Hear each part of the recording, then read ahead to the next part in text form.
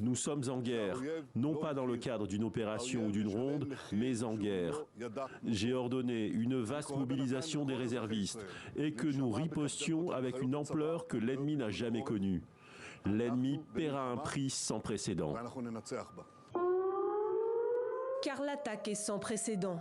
6h30 ce matin, les sirènes retentissent en plein Shabbat. Le sud d'Israël fait face à une pluie de roquettes tirées depuis la bande de Gaza. Les tirs touchent plusieurs immeubles et bâtiments officiels. Le ministère israélien de la Santé fait état de nombreux morts et plusieurs centaines de blessés. Nous étions dans l'abri et nous avons entendu un bruit très fort. Tout a volé dans toutes les directions et les voitures ont pris feu.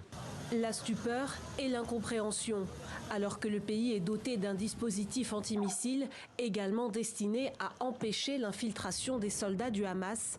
Un nombre indéterminé d'entre eux y sont parvenus. C'est inacceptable qu'ils nous aient pris par surprise comme ça.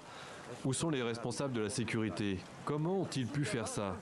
Comment sont-ils entrés avec des véhicules en territoire israélien? À Sderot, des corps gisent au sol entre les carcasses de voitures incendiées. Dans les localités touchées, les blessés affluent aux urgences des hôpitaux. Je suis restée assise pendant 2h30 sur une pente, sans bouger. Mes jambes étaient pliées et là, j'arrive à peine à me lever et à marcher. Dans la capitale épargnée, les habitants se pressent pour donner leur sang.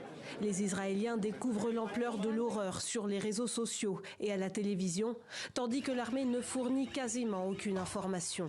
C'est le coup le plus dur porté à Israël depuis les attentats suicides de la deuxième intifada il y a une vingtaine d'années.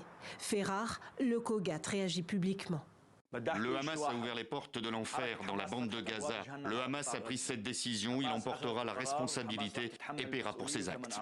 Très vite, Israël a entamé sa riposte avec plusieurs raids aériens meurtriers menés dans la bande de Gaza.